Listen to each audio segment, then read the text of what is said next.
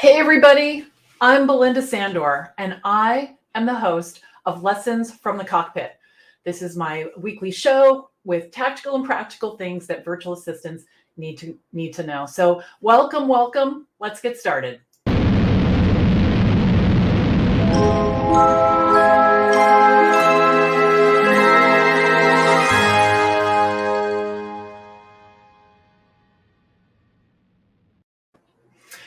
Thank you for coming. I'm thrilled that you're here. Lessons from the Cockpit is one of my very favorite times of the week. The show is every Friday at noon Eastern, and I hope that you'll join me for each episode. Today we're going to talk about something that's very important. We're going to talk about confidentiality. But before we do, there's a lot of you who are new out there to me. We haven't met yet, and I want to take a couple of minutes to introduce myself. So, like I said, my name is Belinda Sandor, and I have been a virtual assistant for 11 years. My business is called Rocket Girl Solutions. And while my business is successful now and it supports my life and my lifestyle and all of those things, it always wasn't like that. So let me jump in and tell you a little bit of the backstory. So 11 years ago, when I first started, this is my daughter. I call her my little delish, Emily, and she's 9 years old there. And we're entering a whole new phase of our life. I'm a newly single mom. I don't have a job. And to make things very messy, I had a ton of debt. I hadn't been able to pay the mortgage for over a year. Lots of stress, lots of struggle. And also, everything was piling up. It was just piling up. And we had to move 3 times in 4 years before we settled down. And boy, what a difference. What a difference. Just finding the right home and being able to settle in. But the thing that was interesting about it for me was that I thought, because I was 49 years old, almost 50 years old, when I started out, I really thought that this was the way it was going to be. I wasn't going to be able to really make a shift because it was too big. The problem was too big, and I didn't think I was going to have enough time. And so I kind of resigned myself to, okay, this is how it's going to be, deal with it. But something happened, and that is I decided to start helping people with admin work, being a virtual assistant. It wasn't actually virtual at first, but I decided that's the kind of work I wanted to do. And I started telling everybody that I knew. And my very first client I got at the school bus stop, because he said, it was one of the dads, and he said, "Hey, how are you? Great. What's new?" And I said, "Oh, I'm starting my own business. I'm going to, and I explained to him I'm doing admin work." And the look on his face was like, oh my gosh, answer to a prayer. Because what I didn't know is that he quit his big corporate job, started his own business, and he needed all kinds of help. But help doing things that were very everyday, like paying his bills, installing software on a computer. For me, I knew how to operate QuickBooks, so I set that up for him, but really life-saving things. And my second client I found in the wedding buffet line, and he's still a client today. Chit chat, he gave me his card. I didn't even have a card yet.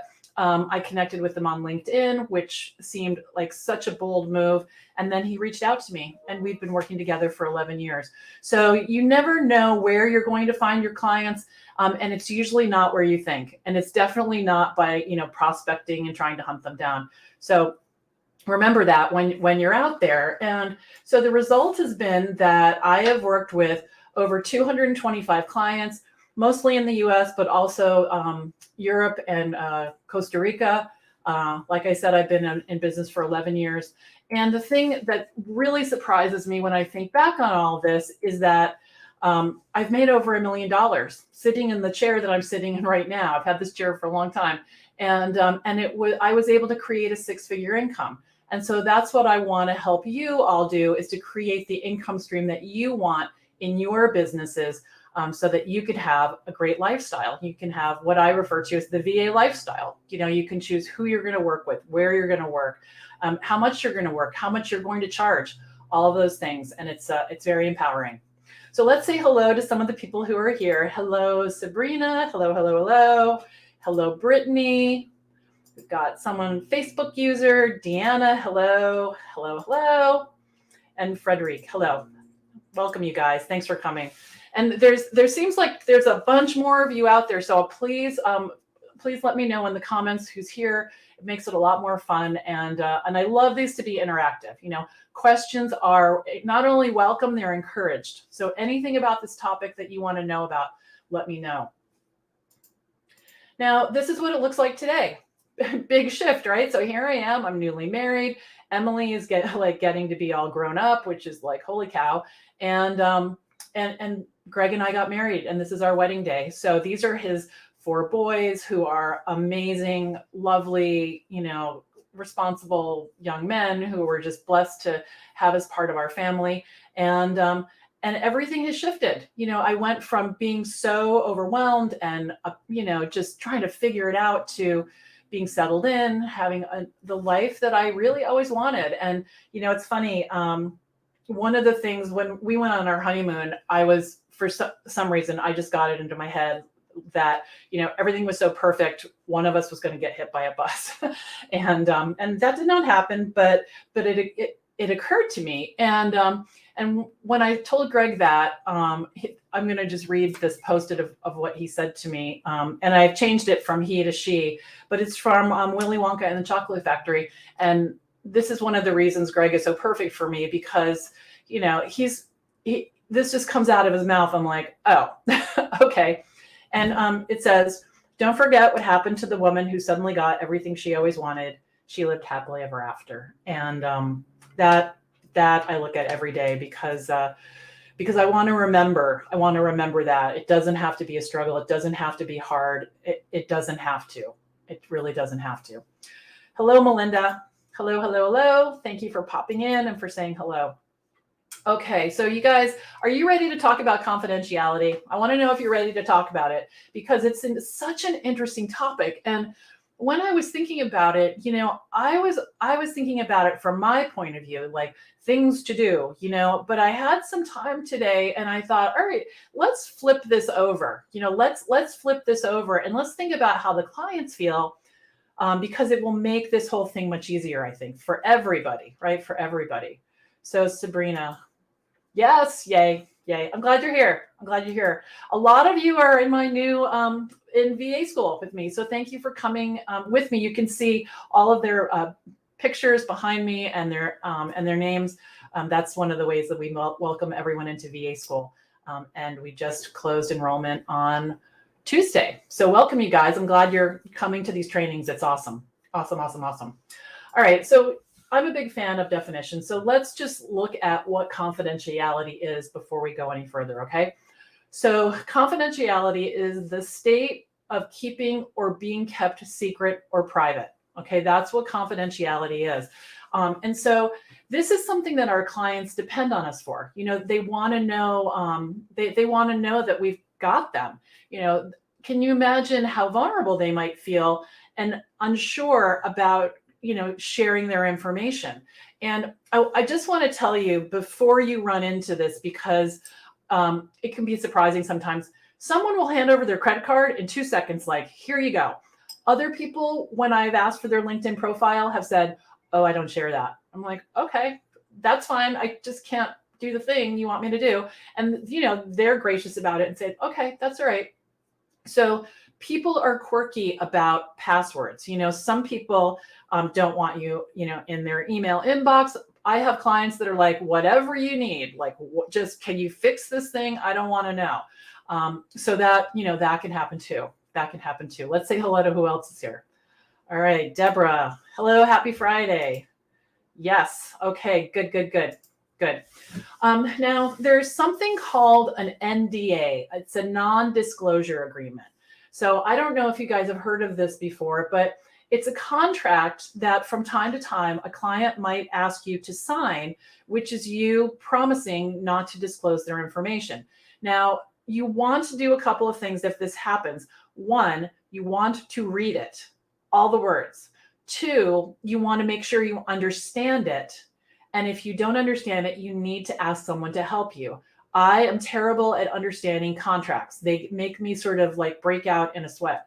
So I have Greg, thankfully, who reads everything that I sign. You can, your brother, your dad, your mom, your friend who's, a lawyer, but make sure that you understand what you're agreeing to, because you don't want to get yourself twisted up in something that, could come back later, and be a problem. So in my 11 years, I've probably signed 2 or 3 of them. And sometimes what was happening was, this was the situation. It wasn't my client who needed it, but I was working on work for their client. I might be at an event or hosting a webinar or something like that, and they needed it. And so, so that can happen. And I want you to know that if a client needs that, they'll ask you, they'll tell you. So you don't need to bring it up to them when you're talking about them. 99% of them, unless you're in some specific industry, will not need you to, they won't even be thinking about it. So no need to bring it up. Now, you might wonder how clients give you passwords, and that's a very interesting thing too, and credit cards and, all this other information that we're going to talk about in a minute. Sometimes they'll take a picture and they'll literally like text it to me, their credit card front and back. Others will say, can I just tell you right now? Some will, they'll email it to me. It's really whatever is safe. Now, I could say to them, I'm going to talk about Password Manager in a few minutes. And I could say to them, you have to open an account and you have to give it to me this way. This is the most secure way. But I really leave it up to them, because one of the things that I think is one of my secret sauce, things for clients is I want to always be easy to work with. I don't want to put up a barrier. So if someone is getting frustrated because of my system, I'm not doing a good job. Okay. So when it comes to passwords, my answer is however you want, write it down, put it in chat, however you want to give it to me. And then my job is to keep it safe. And that's what we're going to talk about. Okay. Okay. Now, I want to talk about how clients might be feeling. All right. I touched on this a little bit, but I just want to really shine a light on this, because I think it makes a difference. Right. So look at all the different ways that they might be feeling. They might be nervous. Like, I know her, but not so much. And, this is a problem. Unsure. Some of them might be scared. And what else? Let me know what else you think they might be thinking. Here's another one. They might be embarrassed. So here, they have hired you to do something in their Dropbox or OneDrive or Google Drive, and it's a mess, like a total mess. Or they're having you help them, maybe with their passwords. Their passwords are all over the place. They don't know what they're doing. Their social media might be a mess. Their email inbox, So that's part of it too. And this goes a long way, this like whole stop talking, because if you see something like that, the last thing you want to do is make them feel bad, right? So you just, okay, your face. Like that, and like, sure, I can help with that. I'm happy to help with that, because I have seen some messy, smeary things. I definitely have, and so they're being vulnerable. They're showing me, right? And so I want to be respectful of that. Okay, all right. Now, these are some of the things that they might share: passwords, financial information, right? They might need to give you their routing number and their bank information to set up whatever it is. Definitely, I have a lot of people's credit cards. Also, their social media, that can be private. People have DMs and messages and things that are going back and forth in their social media accounts, but they need me to go in and clean something up or create something for them. So that's also can be a very private place. And email, there's people have their whole life in email, so there can be information about family members, tax information, all kinds of correspondence. So you really want to, you really want to think about that. And also their calendar, their calendar is a place where, you're going to know if they're taking a yoga class. You're going to know if they're meeting with their mother. Like, some things, you definitely know some things. And so you want to make sure that you're very respectful of all of that. Let's see what Deborah says. What is your system for keeping up with all the information? I'm so glad you asked. I'm going to show you. Just a couple of slides away. Good question. So the first thing I want to talk about is keeping it, keep quiet. And why I say this is that, when you're talking to clients, for example, so now we're going to talk about the intellectual property. Okay, so what I mean by that is, let's say a client writes a newsletter or a letter to someone or an email to someone. You want to make sure that when you're talking to other clients, you're not referring to that work.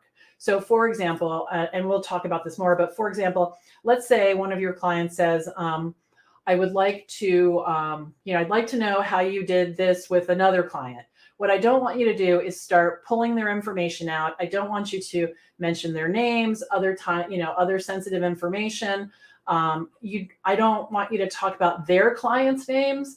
You have to be very careful about that. And I got to tell you, the older I get, the smaller the world is. So don't think that because you have a client in Chicago that they don't know, something about someone in New York, because they probably do. LinkedIn alone, right, is a crazy path. So you just want to be careful that you're very sensitive and that you keep quiet. Okay. And your clients are going to notice this. They're going to notice if you're talking about your other clients, and they're going to think you're doing the same with them, right? So this is just common sense, I know, but I want to say it out loud because it's, we're so helpful. Someone could ask us for information, and before we know what we're doing, we're telling them, and then all of a sudden it's like, oh, I shouldn't have done that. So that's why I want you to think about this ahead of time. All right. Okay. Now, let's talk about how you keep their information safe, to answer Deborah's question. So what I use is a password manager. You can put other things in that password manager as well, and I'm going to show that to you. But a password manager is a great way to do that. There's a whole bunch of them out there. The one that I use is Lastpass. So let's look at what this looks like, okay? So over on the left, there is a list. This is a screenshot right from Lastpass of the different kinds of information that you can keep. You can really keep anything. So passwords, notes, addresses, payment cards, so that'd be credit cards, bank accounts, Wi-Fi passwords, software licenses, okay? Usually what I do, I use the the payment card note, and I use the password, and I have used just the regular note. So if they have expanded this since I first got it. And so that's pretty much how I use it. Now, if you look over here, right over here, this is how you would add something. Okay. So you would put the name on the card, the type, the number, the security code, the date, all of that information there. And then everything gets organized by a folder. So each one of my clients has a folder in Lastpass, and all of their information is kept there together. Now, Lastpass is much more robust than this. I could talk for a whole hour on how to use it, how to set it up. So I just want to put it on your radar so that you can go and learn about it. There's a free version, and there's also a paid version. Okay. So check out something like that. Now, the next point I want to talk about, and I touched on it briefly, is, don't share what's not yours. So what I mean by that is, sometimes clients have asked me to see examples of other clients' work. I think they do this without really thinking. We're just chatting, and they'll say, oh, you have a lot of clients that are X, Y, and Z. Like, I have a bunch of financial planning clients, and they might just casually, not thinking, say, oh, can you show me the letter that they send out to their clients? I'd be really interested in seeing it. Well, I can't do that. It's not public, right? It's not public. So what I would say in a situation like that is I would just say, I'm sorry, I'm not at liberty to do that. It's not really mine to share. And you can put them in touch with, well, that's a little dicey too. So the thing is to have a clear line. The thing is to have a clear line. And frankly, this doesn't come up that much. You just want to be ready, when it does. You want to be ready when it does. The keeping of the passwords and the credit cards, that comes up. I have a million credit cards and a million passwords. But in terms of people asking to see others' information. Now, if I have, and I have a page on my website under services that has a bunch of the websites I've worked on with my team. If a client wanted to see an example of my website work, that's very public. So I could, take them right there. And for the most part, the other kinds of work that they would like to see, I do for my business, so I can show them my work as an example, if that makes sense. So I'd love to hear, how is this landing for you? Is this something that you've thought about before, or is this like, wow, I never really thought about that? I would love to hear, how it's landing for you.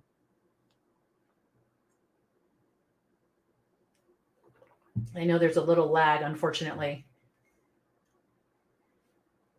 Now, if you've set up a system for a client, so let's say you are, one of the things that you do frequently is you set up a webinar. So the client is going to have a webinar and you help with all the pieces. And your different client, your other client says, do you know how to do that? You can certainly say, yes, I've done this in the past. Here's how we handled it. And you can walk through the system and the steps that you might have put together with your other client. But I don't believe that you're violating confidentiality at all when you do that, because what's happened is it's a new skill that you've absorbed. It's something that you've put as part of your services. Giving me a lot to think about. Good, thank you. That's awesome. That's awesome. All right, so there's just a little bit more about this. Don't be afraid to mention your safety systems to your clients so that they know you're taking this seriously. I think they'll appreciate it, and it'll be a step toward building the trusting relationship that you want, that you both want, that you both want. So when a client is new, I will say something like, okay, great, thank you. I wrote the credit card number down. I'm going to put it in my password manager, and then I'll shred the paper because, I want to keep your information safe, something like that. And typically with statements like that, I'll say something in the positive, not the negative. Like instead of I don't want anything bad to happen, let's leave it at that. I would say instead, my plan is to keep it safe. I want to keep it safe. So to reassure them and not go into a story about your credit card got stolen, be mindful of the professional relationship you're having and the impression that you want to make when you're talking about this. Let's see what Christina. Hey, Christina. I wouldn't say something confidential. Sure, people have asked me in the past, but they got nothing. Yeah, I've asked questions before myself, and the person said I can't talk about that, and I was like, oh my gosh, like that didn't occur to me.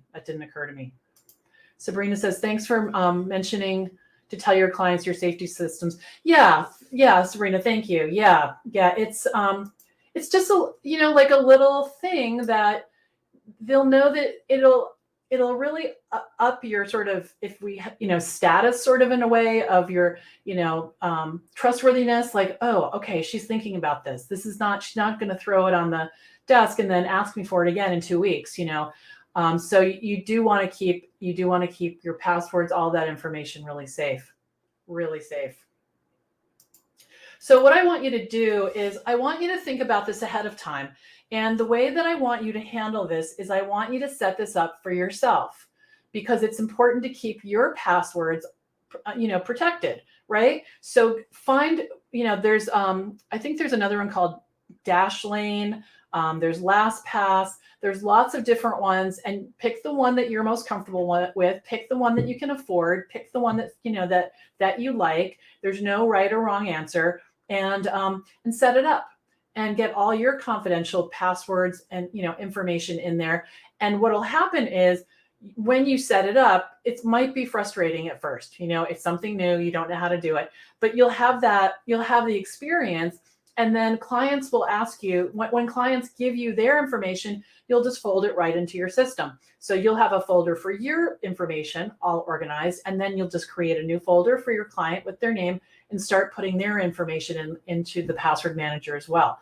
So by being comfortable using your own information, I think it will give you the confidence to help your clients if they want you to set up Lastpass, which I have had people ask me to do with them, and also to know in the moment when they give you the confidential information, you have a safe place to put it already, and you don't have to, in that moment, try to figure it out. You don't have to figure it out. Okay, so any more questions? Any more questions? And the other thing is, if when you set it up for yourself, it's just one more level of professionalism, just one more level. So Joe says, hey. And Sabrina is saying, do you use a personal or business account for Lastpass? So thank you for asking that. That's a good question, because that can get very confusing. I use the least expensive one. I do use the paid because it encrypts it, and I just feel more safe. But you don't ever need like the business or enterprise wide or any of that stuff. Like Dropbox, personal Dropbox is Dropbox. It's just Dropbox, right? And I think there can be a lot of confusion about that. So whichever one suits your needs and is the least expensive is the way to go in all cases. One quick Lastpass question. Do you put it in your Lastpass or is it clients? So I put the information in my Lastpass. And I do that because of all of the clients I've ever had, probably 5 use Lastpass. And I don't want to make them jump through a hoop of setting it up, because it's not really hard, but it can be confusing. And so I always put it in my Lastpass.